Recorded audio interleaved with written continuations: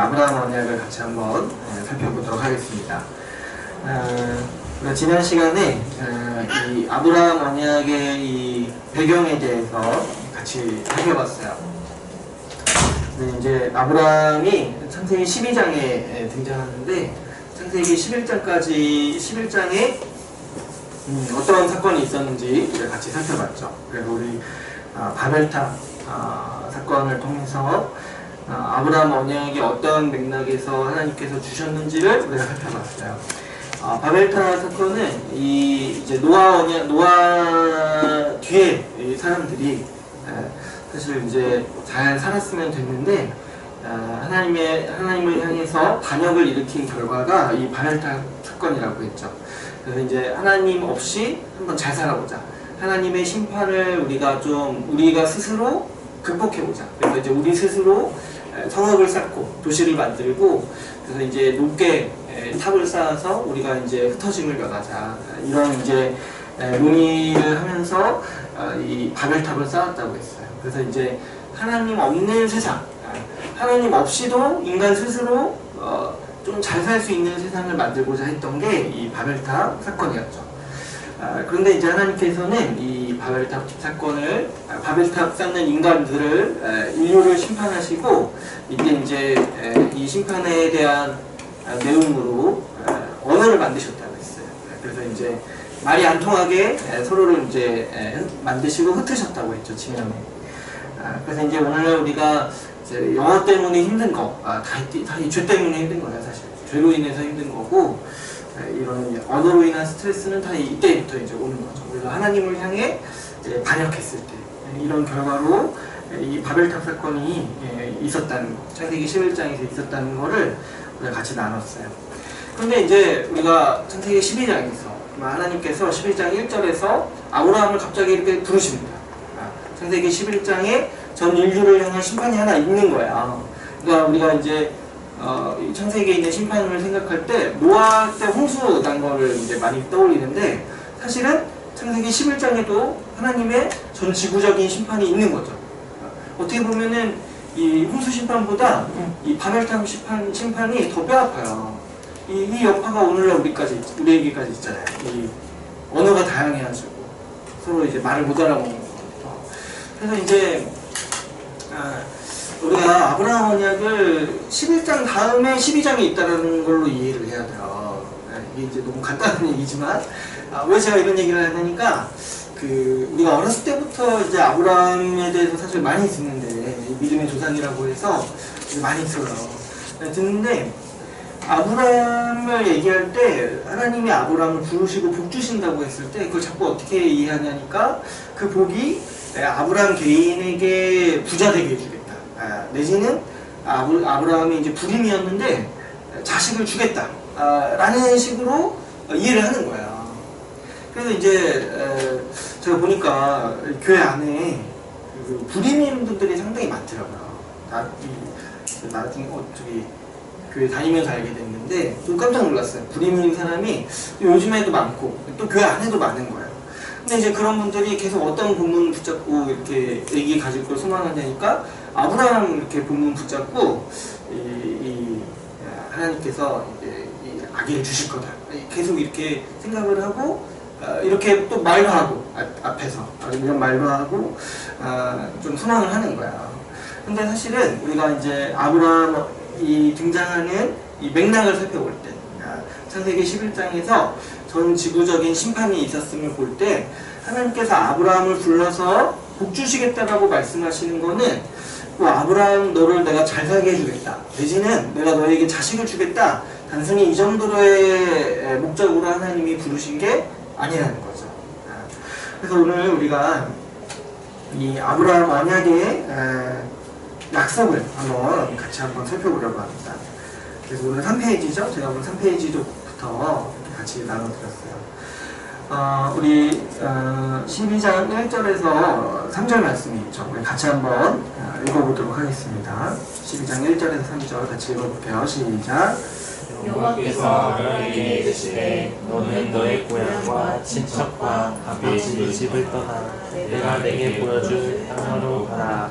내가 너로 큰 민족을 이루고 내게 복을 복을 주어 내 이름을 창대하게 하리니 너는 복이 될지라. 너를 축복하는 자에게는 내가 복을 내리고 너를 저주하는 자에게는 내가 저주하리니 땅의 모든 족속이 너로 말미암아 복을 얻을 것이라 하시니라. 아멘. 우리가 이제 저도 어렸을 때부터 이제 아브라함에 대한 이야기를 많이 들어왔는데 사실 이 아브라함 얘기를 할 때면 항상 이 복이 이렇게 중요한 의미로 등장하는 거예요. 그래서 이제 우리가 아브라함을 본받으면 뭐 아브라함을 따라서 하나님께 복 받는 거에 대해서 얘기할 때 자꾸 어떻게 얘기하냐니까 이거 떠나라고 얘기하는 거야. 떠나라고.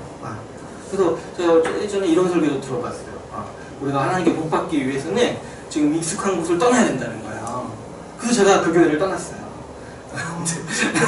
복 받으려고 떠난 건 아니었고 이제 사역 때문에 떠난 거였는데 아무튼 이제 좀 약간 이런 것들을 우리한테 적용해 보면은 말이 안 되는 게 많아요. 복 받기 위해서 떠나야 된다고 말하면은 뭐 지금 다 떠나야 되잖아요. 지금 이직해야 되고 뭐 아무튼 뭐 이사 가야 되고 이래야지 복 받는다는 거잖아요. 근데 그렇다고 해서 하나님이 복 주시는 게 아니라 이거는 하나님께서 주권적으로 아브라함을 지금 부르시는 거예요. 지금 이 상황이 어떤 상황이라고 했어요? 지금 창세기 11장 마치 뭐가 같냐면은 그 노아 심판 때 있잖아요. 홍수로 말미암아서 그 모든 인류가 다 죽었어요. 그리고 노아가 딱 살아남았는데 그 노아 하나님께서 노아를 부르시면서 내가 너에게 언약을 맺겠다 말씀하신 거랑 똑같은 맥락에서 12장에서 하나님께서 아브라함을 지금 부르시는 거예요. 지금 바벨탑으로 말미암아서 이 인류 모두가 심판을 받았어요. 뭐 인류 모두가 하나님의 심판 아래에 있어요. 그 상황에서 하나님께서는 아브라함을 지금 부르시는 거예요. 그래서 이제 이 하나님께서 여기서 아브라함을 부르시는 목적은 단순히 아브라함 개인에게 복을 주셔서 잘 먹고 잘 살게 해주겠다 이런 얘기가 아니라 이 심판 아래에 있는 세상 가운데서 세상을 어떻게 회복하실지에 대해서 아브라함을 통해서 보여주시겠다라고 말씀하고 있는 거죠. 그래서 우리 이 창세기 12장 이 아브라함에게 주시는 약속이 3개가 있어요. 첫 번째로 뭐가 있냐니까 내가 너로 큰 민족을 이루게 하겠다라는 약속이 있고 두 번째로 복을 주고 내 이름을 창대하게 하겠다고 했어요. 창대하게 하겠다. 창대가 아마 여기서 따왔냐? 안 와봐서 이따 오면 한번 물어봐야겠네요. 세 번째 그 마지막 절에 3절에 보면은 너를 축복하는 자에게는 내가 축복하고 저주하는 자에게는 내가 저주하고 그리고 땅의 모든 족속이 너로 말미암아서 뭐예요? 복을 얻을 거라는 거죠. 그래서 이 3가지 약속을 아브라함에게 주세요. 그래서 아브라함은 저기 잘 살고 있다가 이 약속을 듣고 어떻게 한 거예요? 하나님께서 나한테 이렇게 하시겠다라면은 내가 그대로 살겠다 하고 자기 지금 본토 친척 아비 집을 떠난 거예요. 근데 이게 사실은 쉽지 않은 결정이에요. 왜냐면 지금은 어디 한번 가고 이런 게 별로 어려운 건 아니잖아요. 근데 이때 당시에는 뭐 교통수단도 만만치 않고 사실 길도 지금처럼 잘 돼 있지가 않아요. 그래서 어디 가려면은 진짜 이제 목숨 걸고 가야 되는 거예요. 목숨 걸고. 그래서 이제 하나님께서는 내가 너에게 이렇게 해줄 거니까 따라와라 이렇게 말씀하신 거고 아브라함은 지금 이 약속을 신뢰해서 지금 하나님의 말씀대로 순종하고 있는 거죠. 그런데 하나님께서 이 주시겠다는 약속들을 아브라함이 어떻게 이해했을까? 또 이 약속들의 실체가 뭔가를 우리가 잘 이해해야 돼요. 우리가 이 약속을 잘못 이해하면은 자꾸 이제 하나님이 복 주시고 나중에 또 아브라함이 약간 부자 되는 거 보니까 우리가 좀 하나님 잘 믿으면 부자 되는구나 이런 식으로 자꾸 해석하고 이해하거나 아니면은 자식을 결국에 주시니까 하나님 잘 믿으면은 무자식도 이렇게 잘 되는구나 이렇게 이제 자꾸 이해를 하게 되는 거죠. 근데 그런 맥락이 아니라고 했어요. 우리가 이 하나님께서 말씀하시는 약속의 이 면면들을 보면은 사실 여기서 말하는 약속들이 하나님께서 창조 때 아담에게 하신 말씀들이 거의 반복되는 것을 볼 수가 있어요. 첫 번째 약속을 보시면은 이렇게 돼 있죠. 내가 너로 큰 민족을 이루게 하겠다라고 했어요. 내가 너로 큰 민족. 근데 이 약속은 우리가 이 창세기 본문 그리고 노아 언약대로 들었듯이 하나님께서 이 하나님의 백성, 그 아담에게 하신 약속이었던 거예요. 뭐였어요? 생육하고 번성하라고 하셨죠. 지금 그 복을 아브라함에게 주시겠다고 하는 거예요. 그래서 이제 아브라함이 생육하고 번성해야 되는 사람이 되는 거죠. 그리고 여기서 이제 큰 민족을 이루게 하겠다고 했을 때 여기서 이제 약간 특별한 단어를 써요. 찬대가 왔어요. 여기서 이제 민족을 뜻하는 히브리어 단어로서 이제 고이라는 단어를 써요. 근데 사실은 이 이스라엘 민족을 칭할 때는 다른 히브리어 단어를 써요. 근데 여기서만 유독 고이라는 단어를 써요. 근데 이 고이라는 단어는 어떤 한 민족을 가리키는 단어일 뿐만 아니라 한 어떤 국가를 가리키는 단어이기도 해요. 어떤 한 이 정치 사회적으로 공동체를 이루고 있는 한 부족, 그 이제 사회를 가리킬 때 이 고이라는 단어를 쓰는 거예요. 그래서 지금 여기서 너에게 큰 민족을 이루게 하겠다라고 말씀하시는 거는 바꿔서 말하면은 내가 너를 통해서 나라를 세우겠다고 하시는 거예요. 나라를 세우겠다. 그래서 하나님께서는 이 아브라함을 통해서 하나님의 백성을 만들고자 하시는 목적을 지금 이제 보여주시는 거죠. 그 다음에 두 번째 약속을 한번 보세요. 두 번째 약속은 어떤 거예요? 내게 복을 주어서 내 이름을 창대하게 하리니 너는 복이 될지라. 여기서 이제 하나님께서 주시는 복이 뭔지를 이해해야 돼요. 복. 여러분 우리가 자꾸 이제 어떤 분들이 자꾸 아브라함처럼 믿으면은 복 받는다고 얘기할 때 어떤 복이 자꾸 떠올라요. 좀 이렇게 돈, 좀 집, 또 우리 이제 많이 필요할 때죠. 돈이 많이 필요할 때죠. 이사 가고 좀 결혼 준비하고 좀 이렇게 잘 풀리는 게 복이라고 생각을 하잖아요. 근데 이 복이요, 처음에 성경에서 말하는 복이 뭔지를 우리가 확실히 알아야 돼요. 성경에서 말하는 복이 어디에 등장하나요? 처음에, 맨 처음에. 지금 여기가 처음 등장한 게 아니에요. 창조. 그렇죠. 창조, 하나님이 사람을 창조하셨을 때 어떻게 얘기하셨냐니까 내가 너에게 복 주겠다고 얘기하셨어요. 내가 너에게 복을 주고 너희가 생육하고 번성하고 내가 너에게 먹을 것을 주겠다고 얘기하시는 거예요. 그래서 성경에서 말하는 복은 이 하나님과 관련이 있어요. 하나님과. 내가 너에게 복 주겠다고 하죠. 내가 너에게. 그랬을 때 실제로 이 복이 어떤 의미를 지니냐니까 하나님이 그냥 함께 하시는 거예요. 하나님이 내가 너에게 복 주겠다 했을 때는 어떤 의미냐니까 내가 너와 함께 하겠다는 말인 거예요. 내가 너와 함께 하겠다. 근데 이제 하나님 뭐 이렇게 뭐 친구가 내가 너랑 같이 있으니까 너에게 복이다 이런 얘기하면은 약간 좀 못 믿어볼 수 있잖아요. 내가 너랑 같이 있는 게 너의 복이지 이러면 좀 못 믿었죠. 근데 다른 분이 아니라 하나님이 우리와 함께 하신다는 거야. 하나님이 이렇게 만들어 놓으시고 창조하신 다음에 내버려 두실 수도 있는데 복을 주신다는 건 뭐냐니까 내가 너랑 항상 함께 있겠다고 말씀하시는 거예요. 근데 하나님이 함께 있으니까 어떻게 하시겠다는 거예요? 내가 너를 다스리고 또 통치하고 또 돌보겠다라고 말씀하시는 거예요. 그래서 이 창세기 1장, 2장 본문을 보시면 하나님께서 복을 주시면서 어떻게 하시냐니까 내가 너에게 먹을 것을 주겠다라고도 말씀하시는 거예요. 그래서 이 성경에서 이 복 개념은 항상 하나님과의 관계에 관련이 있어요. 하나님과의 관계에 관련이 있어요. 그래서 우리가 뭐 기도할 때 하나님 복 주세요 이렇게 기도하면은 하나님은 굉장히 의아해 하세요. 왜 그러냐니까 여러분이 지금 기도하고 있는 것 자체가 복이에요. 내가 기도해서 하나님과 관계를 갖고 있는 것. 그래서 하나님께 내가 뭔가 요청할 수 있고 그리고 하나님 그걸 들으신다는 거를 아는 것 자체가 복인 거예요. 그럴 수 없다라면 사실 복이 복 받은 게 아니에요. 하나님을 모른다거나 하나님이 우리의 기도를 들으신다는 것에 대해 확신이 없다거나 아니면 내가 하나님께 기도할 어떤 필요성을 느끼지도 못하고 하나님과의 관계에서 기쁨을 누리지 못한다면 그게 성경에서 말하는 정말 지질이 복없다라고 얘기하는 거예요. 지질이 복없다. 여러분 하나님께서 실제로 아담을 심판하실 때 어떻게 하셨냐면 에덴 동산에서 쫓아내셨어요. 근데 그 에덴 동산에서 쫓겨난 거는 그 에덴 동산에서의 어떤 이 피조 세계를 누리지 못하는 의미가 아니에요. 왜냐면은 그 밖에도 사실 이 피조된 세계가 있었어요. 근데 에덴 동산은 특별히 어떤 의미가 있었냐니까 하나님이 거니시는 동산이라는 의미가 있는 거예요. 하나님과 거처를 함께하는 곳이 에덴 동산이었어요.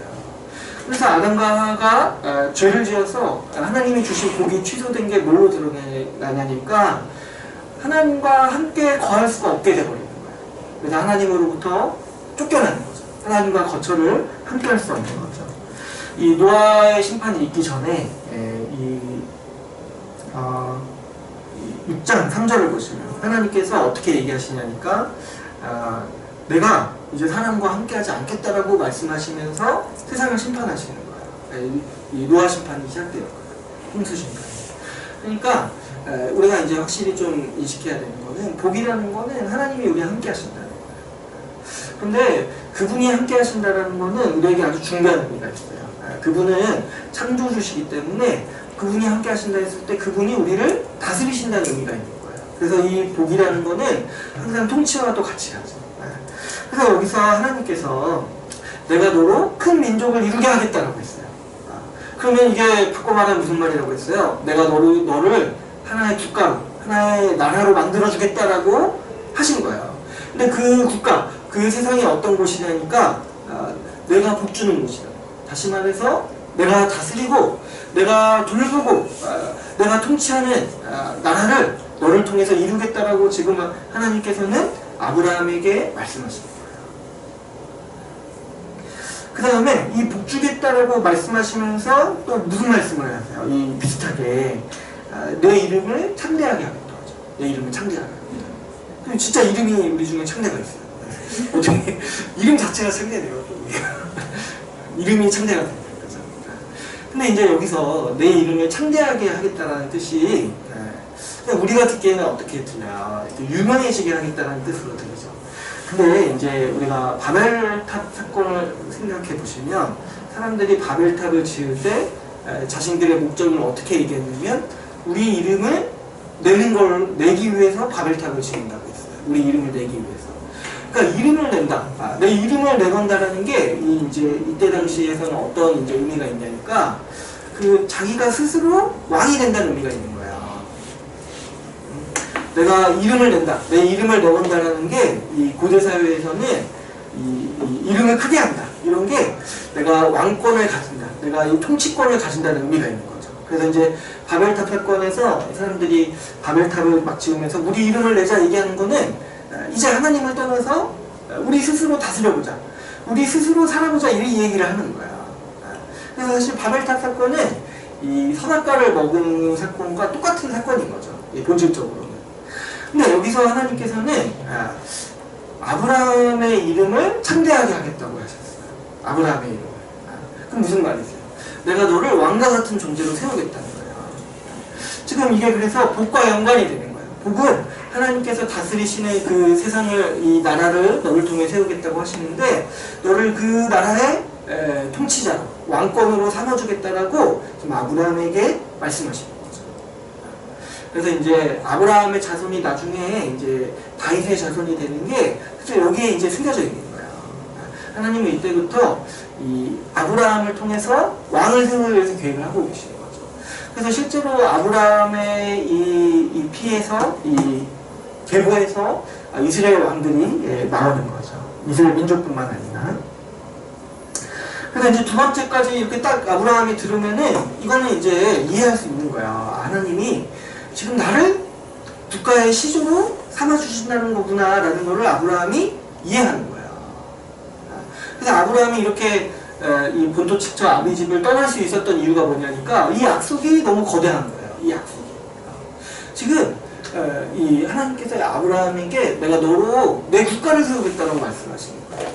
근데 이거를 뭐에 우리가 대비시켜 볼 수 있냐면 이 바벨탑 사건에서 나오는 거예요.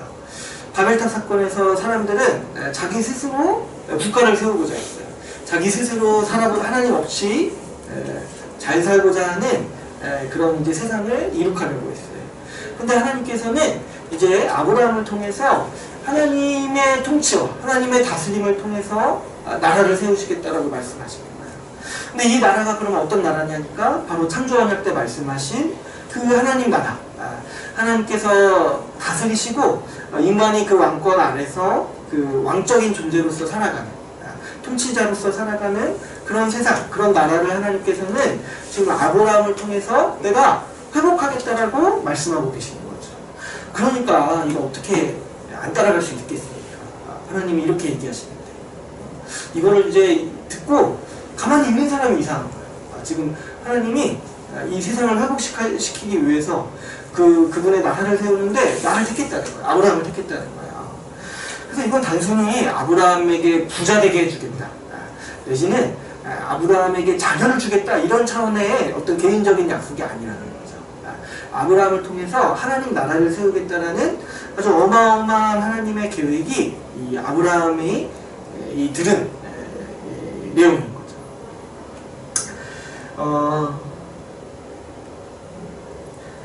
세 번째 약속을 한번 보겠습니다. 이번 항목에서 제가 다루고 있죠. 근데 이 하나님 나라는 단순히 그러면은 이 세상에 존재하는 하나의 국가를 세우시겠다는 약속이 아니었어요. 이 세 번째 약속을 보면은 하나님은 어떻게 말씀하세요? 아브라함을 축복하는 자에게 내가 축복하겠고, 아브라함을 저주하는 자에게 내가 저주하겠다고 말씀하세요. 왜 그러냐니까 이 하나님께서 세우시는 이 아브라함의 나라, 아브라함을 통해서 세우시는 그 나라가 하나님이 이 세상을 구원하는 통로라는 거예요. 그래서 이 아브라함을 대하는 태도가 결국에는 누구를 대하는 태도가 되는 거예요? 하나님을 대하는 태도가 되는 거예요. 이거 바꿔서 말하면 신약에서는 이것과 비슷한 언어가 있어요. 뭐예요? 그리스도를 믿는 자는 구원하지만 그리스도를 거부하는 자는 심판 아래 있는 거죠. 하나님이 택하신 그 구원의 방편을 어떻게 대하냐에 따라서 인류의 운명이 달려있는 거예요. 그래서 아브라함을 저주하고 아브라함과 멀리할수록 어떻게 되는 거예요? 하나님의 구원과 멀어지는 거예요. 하나님이 구속하시는 이 세상과 멀어지는 거죠. 그래서 바벨탑에 가까워지는 거죠. 그러나 아브라함을 축복하고 아브라함과 함께 거하는 사람은 어떻게 되는 거예요? 바벨탑을 떠나서 하나님의 도성, 하나님의 나라로 들어가게 되는 거죠.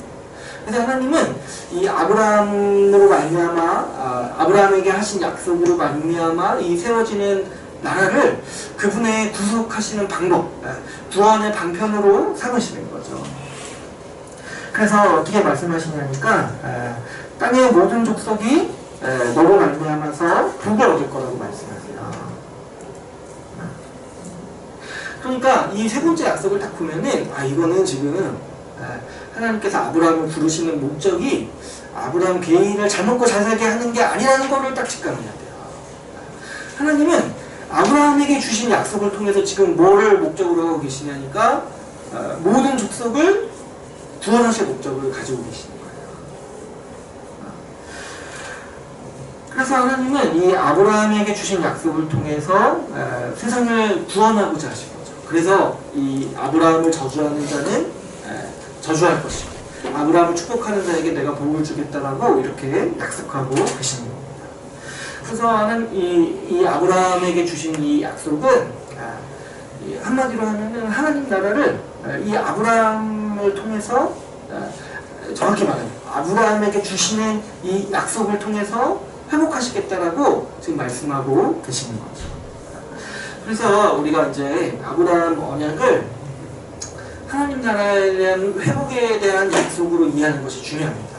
우리가 그래서 이런 관점을 빨리 버려야 돼요. 이런 아브라함처럼 우리가 복받아야 된다. 아브라함처럼 어디 떠나면 복받는다. 이렇게 얘기하는 거는 정말 이 본문을 잘못 이해하는 거예요. 우리 히브리서 11장 10절을 보면 아브라함이 실제로 무엇을 바라고 이 약속을 따라서 자기 익숙한 고향을 떠나고 또 그 가나안 땅에서 정말 어려움을 많이 겪었잖아요, 아브라함이. 근데 무엇을 바라면서 그곳에서 버텼는지를 히브리서에서 얘기하고 있어요. 11장 10절. 우리 같이 한번 읽어볼까요? 다시 읽어볼게요. 시작. 이는 그가 하나님이 계획하시고 지으실 터가 있는 성을 받았습니다. 그 아브라함도 이 약속을 어떻게 이해했냐니까 하나님이 나를 통해서 그 당시로 말하면은 국가, 나라를 세우시겠다라고 이해하는 거예요. 그래서 이 아브라함이 항상 소망했던 게 뭐냐니까 나를 통해서 이 땅에 하나님께서 하나님 나라를 세우실 거라는 거를 바라면서 그 땅에서 이제 기다렸던 거죠.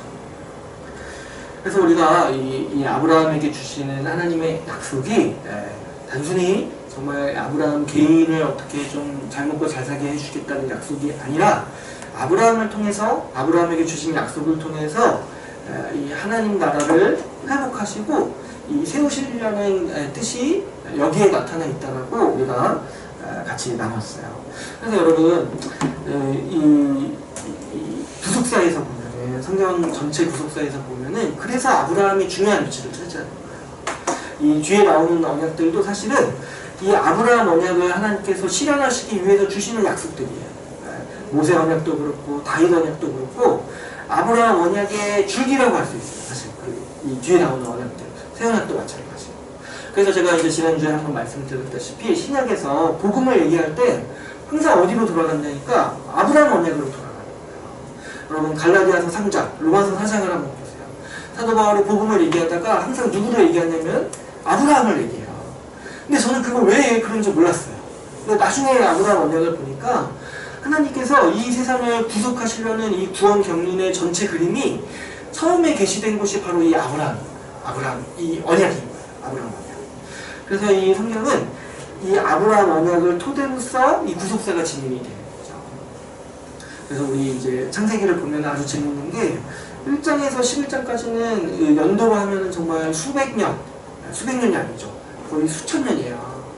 근데 그 12장에서 마지막 54장까지는 몇백 년밖에 안 돼요. 근데 성경은 어디에 분량을 더 많이 할애하냐니까 이 아브라함 이야기에 굉장히 분량을 할애하는 거예요. 그 몇천 년은 진짜 수르륵 딱 지나가고 갑자기 아브라함에서 멈춰서 아브라함의 이야기를 자세히 전하는 거죠. 그래서 이제 아브라함이 행했던 거, 어떤 일을 겪었는지 이런 이야기들을 이제 자세히 전하는 거예요. 왜 그러냐니까 지금 아브라함 이야기가 하나님 나라의 기초를 세우는데 아주 중요한 거예요. 하나님 나라를 회복하는 일에 있어서. 그래서 우리가 이제 아브라함 언약을 또 이제 다음 시간까지 해서 같이 다룰 때 우리가 이 복음이요 어느 날 갑자기 이렇게 우리에게 주어진 게 아니라 하나님께서 아브라함 언약 때 구체적으로 약속해 주셨다는 걸 이해해야 돼요. 사실은 이제 창조 언약에도 우리가 얘기할 수 있어요. 그리스도에 대해서 이 가죽옷을 주시고 또 여자의 후손을 약속해 주셨잖아요.